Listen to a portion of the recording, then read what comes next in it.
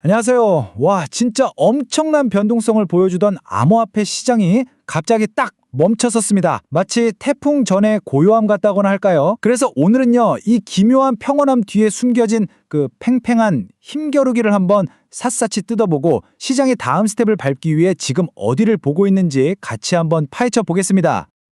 아니, 왜 시장이 오르지도 않고 내리지도 않고 딱 이렇게 숨을 죽이고 있는 걸까요? 바로 이 질문이 오늘 우리가 풀어볼 미스터리의 핵심입니다. 지금 시장은요, 보이지 않는 두 개의 거대한 힘이 정말 팽팽하게 줄다리기를 하는 그 한가운데에 딱 서 있는 거예요. 자, 그럼 첫 번째로 지금 시장에 처한 이 상황, 이른바 대횡보 시대의 실체가 뭔지부터 한번 들여다보죠.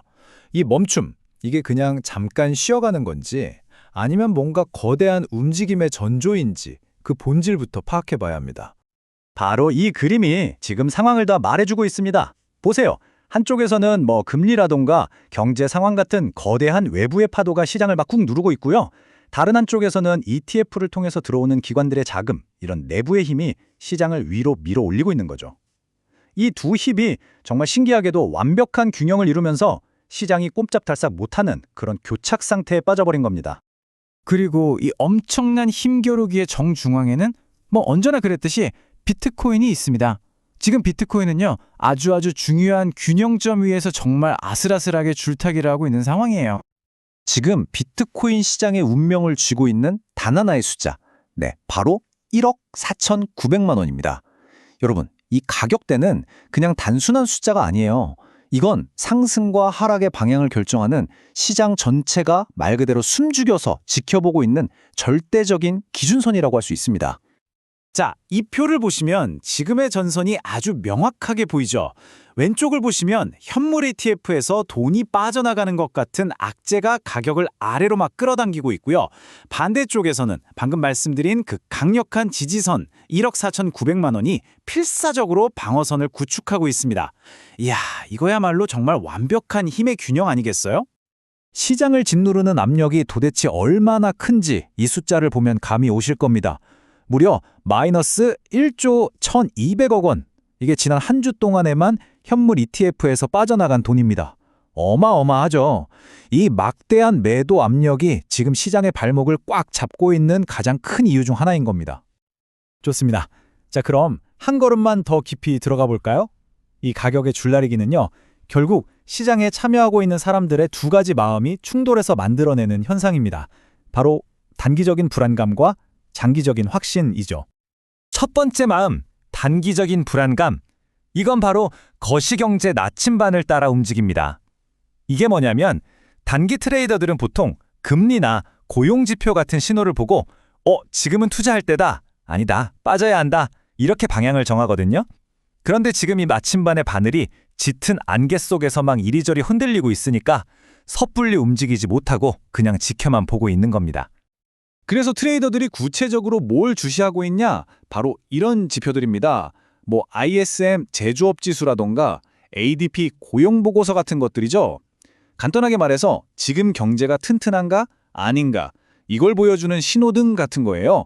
이 결과에 따라서 시장의 투자 심리가 순식간에 꽁꽁 얼어붙을 수도 있고 반대로 활활 타오를 수도 있기 때문에 모두가 눈을 떼지 못하는 겁니다. 하지만 이런 단기적인 불안감과 맞서 싸우는 두 번째 마음이 있습니다. 바로 장기적인 확신이죠.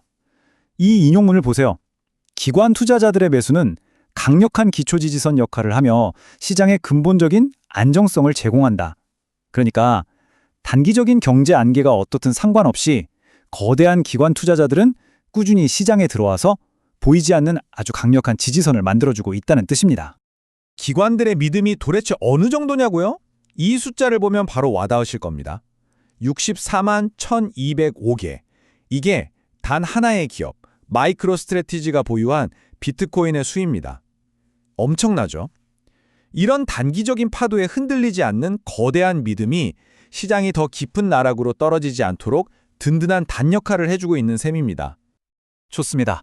자, 비트코인이 이렇게 딱 교착 상태에 빠져 있는 동안 다른 암호화폐 생태계는 과연 어떤 영향을 받고 있을까요?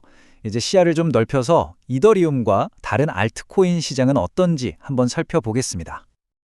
현재 시장 상황을 정말 기가 막히게 설명하는 비유가 있습니다. 비트코인은 지금 어느 길로 가야 할지 고민하면서 표지판 앞에 딱 멈춰선 자동차 같은 거예요. 그리고 다른 대부분의 차들은 이 선두차가 움직이기만을 애타게 기다리고 있는 거죠. 그런데 이더리움은 조금 다릅니다. 차가 멈춰 있는 것처럼 가격은 가만히 있지만 이 차트를 한번 보세요. 내부적으로는 지금 조용히 엔진을 예열하고 있는 게 보입니다. 지난 10월 한 달 동안에요.